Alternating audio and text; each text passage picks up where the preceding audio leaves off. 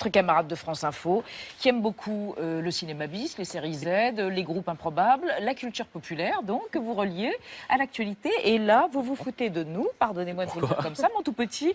Vous allez nous faire croire que les jeux vidéo seraient un outil d'acquisition des valeurs morales, de l'éthique et même de l'éthique conséquentialiste. Exactement, Elisabeth, mais avant ça, Par rapport à toutes ces questions. Exactement, tout à fait, ça sera répondu, on va y répondre très rapidement.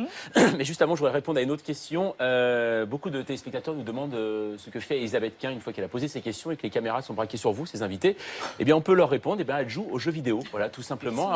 Sous la table transparente. Voilà, Oui. pendant l'émission, elle a même amélioré son score à Mario Bros. Mais c'est pas qu'elle se fiche de vos réponses, pas du tout. Hein. C'est tout simplement parce qu'elle est civique. En effet, d'après une chercheuse universitaire canadienne, les jeux vidéo aideraient les jeunes à 13-17 ans, là c'est Mario Bros qui vous fait rire, 13-17 ans, à comprendre le civisme et surtout le sens de la responsabilité. Parce que tout simplement, quand il faut choisir un personnage, on doit choisir un bon ou un méchant personnage. Et à partir de là, on prend sa responsabilité d'être bon ou mauvais. Et forcément, il y aura des conséquences à la fin sur le jeu. Pareil, les jeux, certains jeux, permettraient de mieux comprendre l'autre, puisqu'on doit choisir à partir du moment où on joue avec quelqu'un, eh ben, est-ce qu'on va l'aider ou au contraire, est-ce qu'on va le laisser se faire manger par les trolls? Donc c'est vraiment une interrogation contemporaine, vous voyez. Ou même des jeux en ligne à multijoueurs comme World of Warcraft ou sinon d'autres joueurs comme RuneScape seraient même très importants pour comprendre le travail en équipe et établir des stratégies, ce qui est formidable pour ensuite percer dans la vie professionnelle. Comme ça, vous serez vraiment un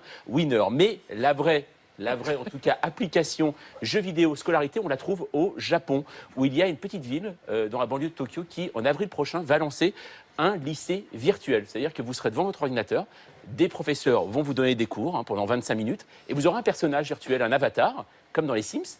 Et là, voilà, je vois déjà que peut-être que vous donnerez des cours. Consternation. Et là, à partir de là, vous gagnerez des points et vous obtiendrez un diplôme, un vrai, hein, comme dans la vie réelle, comme vous donnez. Ça, voilà, donc peut-être que ça marchera. En tout cas, non, mais il y a juste en fait un principe, c'est pour lutter contre l'absentéisme scolaire qui touche 2,5% des lycées au Japon. Donc auparavant, le jeu vidéo n'était qu'un divertissement. Aujourd'hui, c'est un pari sur l'avenir. En même temps, on peut quand même se poser quelques questions quand on voit que les lapins crétins ont autant de succès. Voilà, ça reste quand même en suspens. Certes, Jean-Mathieu, merci.